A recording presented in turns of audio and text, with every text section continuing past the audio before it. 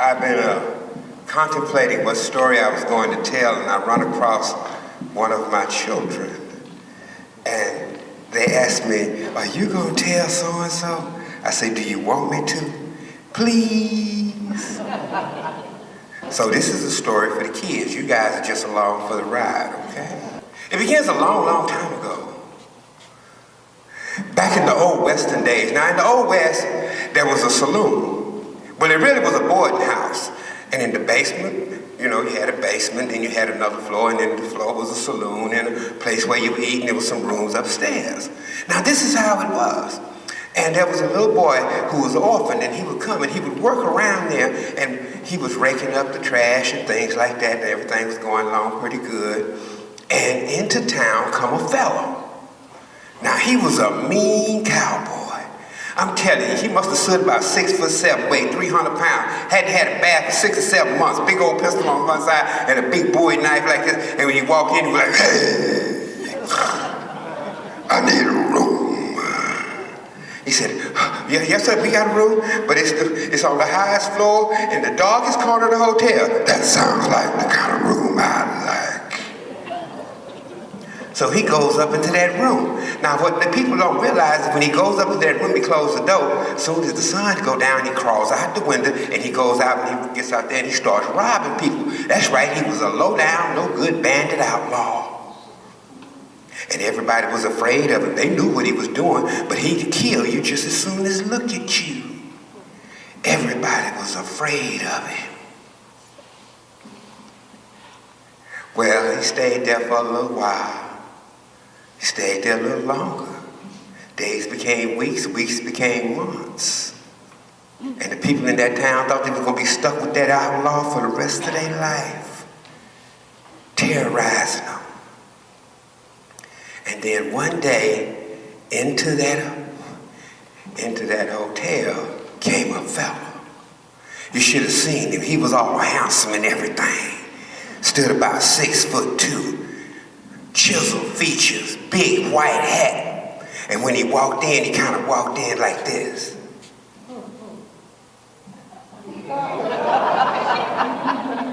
And he stood in front of the clerk and he said, "Well, I'll tell you, fella, I was wondering if I could get a room."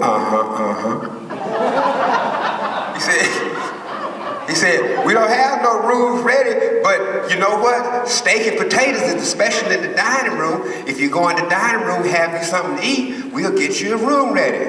"Well, you know what? Steak and potatoes sound like something mighty good to me."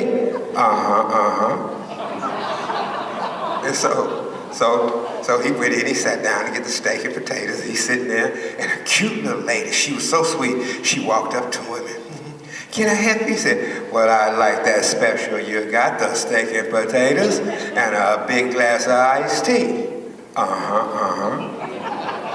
And so he said, "I'll get the iced tea for you." So she coming back, she got the iced tea. Now while she's walking in with the iced tea, who comes in but that other fella, that big outlaw? He comes in and he walks right over to her and he says, "Hey, gal, give me that glass of tea." "I'm sorry, sir, but the tea is for this gentleman right over here." "I don't care who it's for. I want that glass of tea." "I'm sorry, sir, but if you'll give me a moment, I'll give him a tea and I'll get you one." "Cal, you better get me a tea or give me that one right now. You gonna do something, don't make me mad." And that's when that fella said, "Excuse me, sir. I don't think you should be talking to the little lady like that."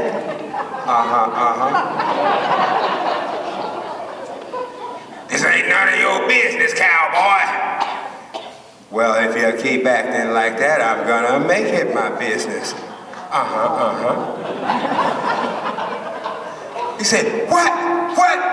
You don't want to mess with me?" And he drew his fist back. He went to throw a punch. That fella ducked to the left, came up and whop, hit him right in the eye.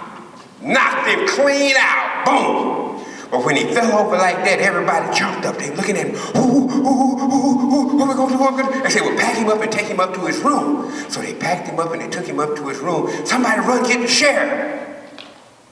They looked at that fella and they said, "And you need to get out of town because when he wake up, he gonna kill you." Well, if you think that's the best thing for me to do, I'll just hit the trail. And so he did just that, you know. And so everybody else, now while he's going out the door to get on his horse, he had a big white horse. You know he had a white horse. So he goes out, and he's gone, right? And while he's gone, the sheriff comes in. The sheriff runs up to the room, and he's got some handcuffs on him. And he said, well, you know what? I'm going to go up there and I'm going to cuff him.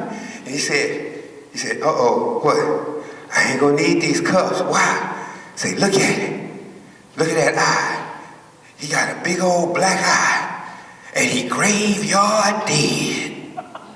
What we gonna do? Well, just leave him up here. We'll have the undertaker come get him in the morning.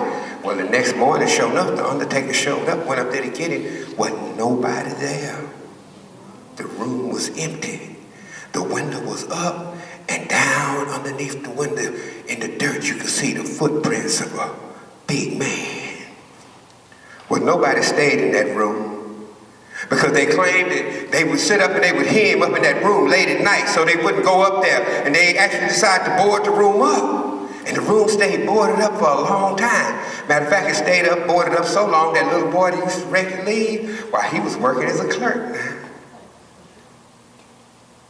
And while he was working as a clerk, into that hotel came a lady. She walked up to the clerk. I need a room. Well, ma'am, we don't have no rooms left. We do have one room left, and it's on the highest floor, the darkest corner of the hotel, and they say it's haunted. Haunted? Haunted? I'll have you know that I am a teacher. That's right, I'm a teacher. I have flunked 5th graders, I have smashed 2nd graders, and I have sunk sophomores. I ain't afraid of no ghosts. They said, well, you're okay, ma'am, so he gave the key. She went on upstairs. She went in that room, and when she went up in that room, well, the room was kind of stuffy, you know, because it had been all boarded up. And so she went over there and she opened that window. And she got in the bed. And then she laid her head on that pillow. And then that's when she heard the voice that said, I am the ghost with one black eye. I am the ghost with one black eye. I am the ghost with one black eye. She looked up, saw that thing like, whoa! And man, she took off running. They boarded that room up again. Now that little boy, he was working as a clerk, and you know he kept on working as a clerk, and he was working his way up. Matter of fact, he was not only working as the clerk now, he was also planning on saving his money, buying some things, and he was working at that hotel. And in came a fella. The fella walked in, and he came to an attention, and he threw him a salute like this here, and he said, can I help you? He said, yes, sir. I am on leave from the army and I need a room. We ain't got but one room. And it's on the highest floor, the darkest corner of this hotel. And they say it's haunted. I'll have you know, sir, that I am a United States military man. Why, I have sunk submarines, I have battleships, I have tackled torpedoes. I ain't afraid of no ghosts. Okay, gave him the key, he went upstairs. He opened the room, but since the room had been closed up, it was kind of stuffy, you know. So he opened that window. He got into bed. And no sooner than his head hit the pillow and his eyes were closed, and he heard, I am the ghost with one black eye. I am the ghost with one black eye. I am the ghost with one black eye. He rolled over, looked at that man, woo, ah, and he took off running. Well, by now that boy had been working at that hotel long enough to save up his money, and he bought it. It was not his. And he was working in there, and into the hotel, well, a fella come walking in. You should have seen him. He had on a nice $300 Italian suit and some of them Tony Lama boots, you know. And he walked in, and he said, can I help you? He said, yes, I need a room. He He said, well, sir, we don't have one room left, and it's on the highest floor, the darkest corner of the hotel. And they say it's haunted. He said, I'll have you know that I am a member of the Texas legislature. I have dodged the issues. I have cut Talbot programs. And I point my finger at everybody else for anything else. I'll have you know I ain't afraid of no ghosts. So he went on up to the room. So he gets up in the room, but the room's kind of stuffy because it's been boarded up, you know what I'm saying? So he has to open the window.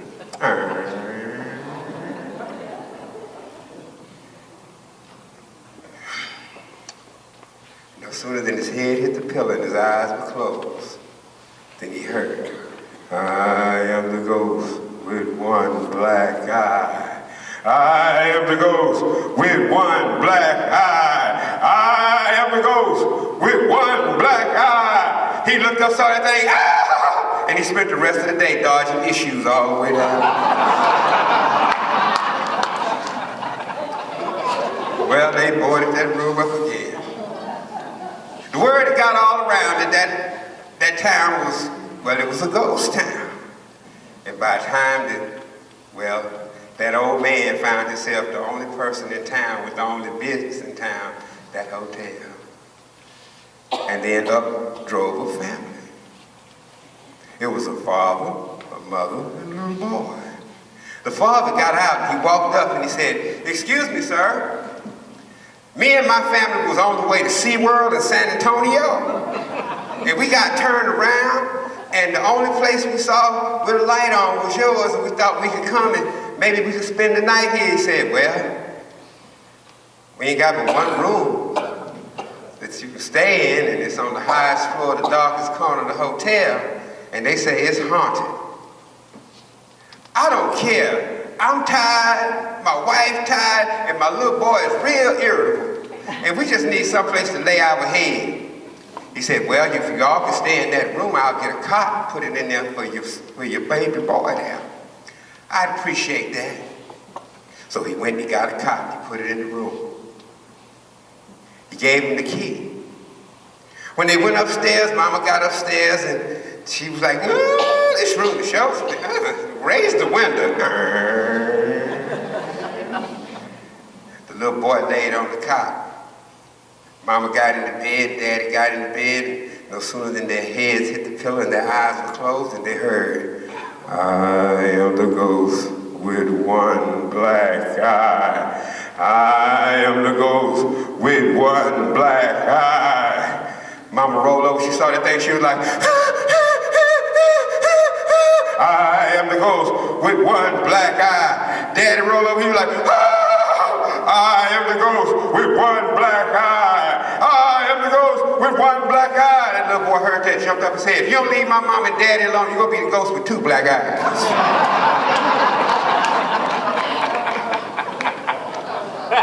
Well, there was a flash of light and a puff of smoke.